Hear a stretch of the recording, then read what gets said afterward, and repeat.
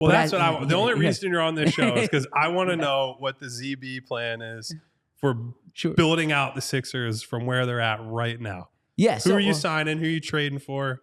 Well, I heard you guys talk last week about Donovan Mitchell, and that would be my top target. Is I look at Donovan Mitchell as from an age profile, from a playing profile, from the ability to play with the 2 stars you have here. That would make sense to me. Now, if you can't get Mitchell, I would be less enthused about trading your assets for a Jimmy Butler. I do like Ingram. I would be curious what the price is for Ingram.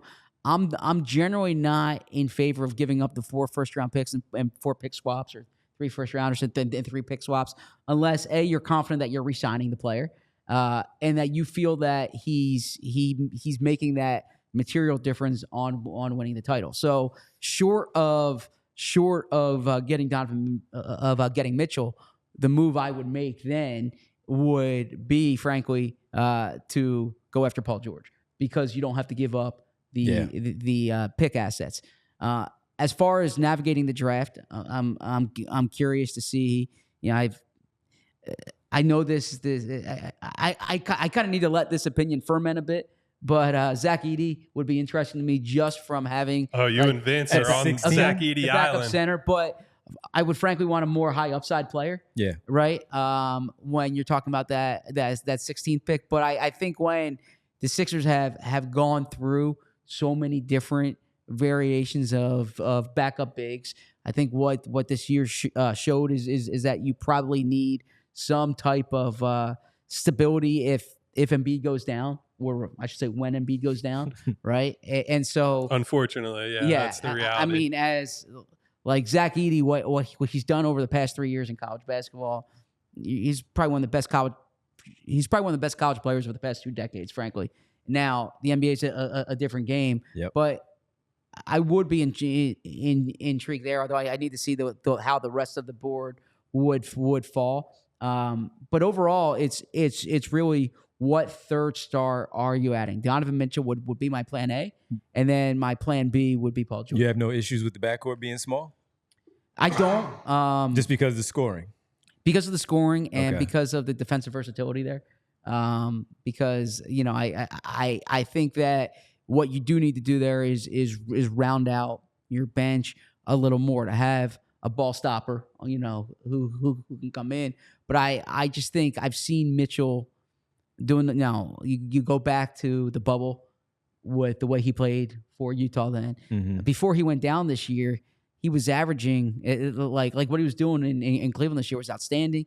I was talking to Kyle last week. I like Darius Garland, but I would rather Mitchell as a fit for the Sixers than Garland. So Mitchell would be my number 1, and then Paul George would be my number 2, based on the fact that you don't have to give up your assets for him. Okay, all right. Interesting. The Brandon Ingram one was interesting too.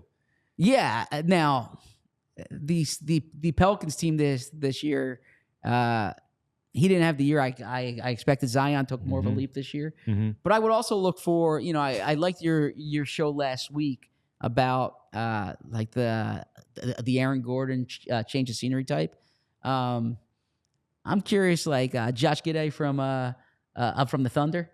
Had boy. A bad series. Oh, no. Had a bad series. Okay. Oh, no. Touching a nerve here. Well, Vince, our coworker Vince, was trying to trade Joel Embiid for Josh Giddey before the season. All right, I wouldn't do that. All right, to be fair to Vince, because I don't want to misconstrue his opinion, it was Josh Giddey, I think like Lou Dort and picks. I was like, well, congratulations, you'll win 29 games and have a bunch of picks. You see, what you don't realize, this is all like a way for me to try to get a raise from Vince. So I'm just bringing up like all the guys Vince wants, and then I'll except I'll for the Embiid part. Yeah. So Vince, I agreed with you, right? But no, I'm not fully baked on the Josh Giddey, Zach. My guy says no, Zach. No. Yeah, actually, if John Gonzalez is watching right now, Josh Giddey hurt my fantasy team quite a bit this year. So, boy. Yeah, but there was a lot going on with him this year. Beyond, and I think that's where a lot of people are like, I don't know about that. And then he's not shooting the basketball. He was getting booed in Philadelphia for those reasons. But I think more than the basketball reasons. Yeah, his or I should say his first 2 years, he was a versatile He took a nosedive He this was a season. versatile guard Yeah. who could, he could play 1 through 3, 1 through 4 to a certain He extent. can do a lot of things. So, Yep. but I would look for that Aaron Gordon type player, the change of scenery type If guy. you don't have the Mitchell and George as the options. Okay. We all silly like the mayor.